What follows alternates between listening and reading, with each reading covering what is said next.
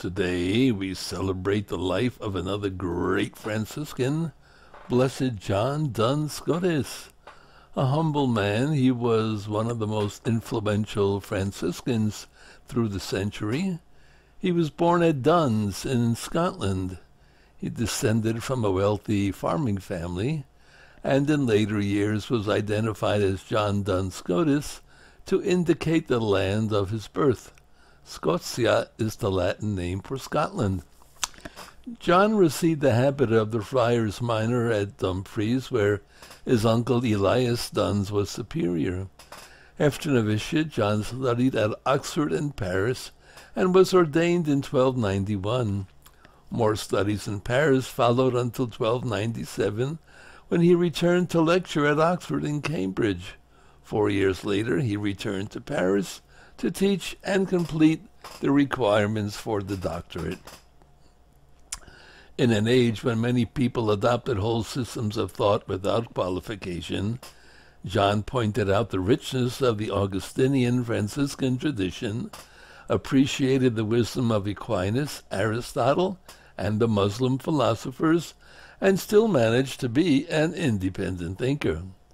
That quality was proven in 1303, when King Philip the Fair tried to enlist the University of Paris on his side in dispute with Pope Boniface VIII. John Duns Scotus dissented and was given 3 days to leave France. In Scotus's time, some philosophers held that people are basically determined by forces outside themselves. Free will is an illusion, they argued. An ever-practical man, Scotus said that if he started beating someone who denied free will, the person would immediately tell him to stop. But if Scotus didn't really have a free will, how could he stop? John had a knack for finding illustrations his students could remember. After a short day in Oxford, Scotus returned to Paris, where he received his doctorate. He continued teaching there, and so ably defended the Immaculate Conception of Mary that the university officially adopted his position. That same year, the Minister General assigned him to the Franciscan school in Cologne, where he died. He is buried in the Franciscan church near the famous Cologne Cathedral. Drawing on the work of John Duns Scotus, Pope Pius IX solemnly defined the Immaculate Conception of Mary in 1854, and Scotus is called the Subtle Doctor, and he was beatified in 1993.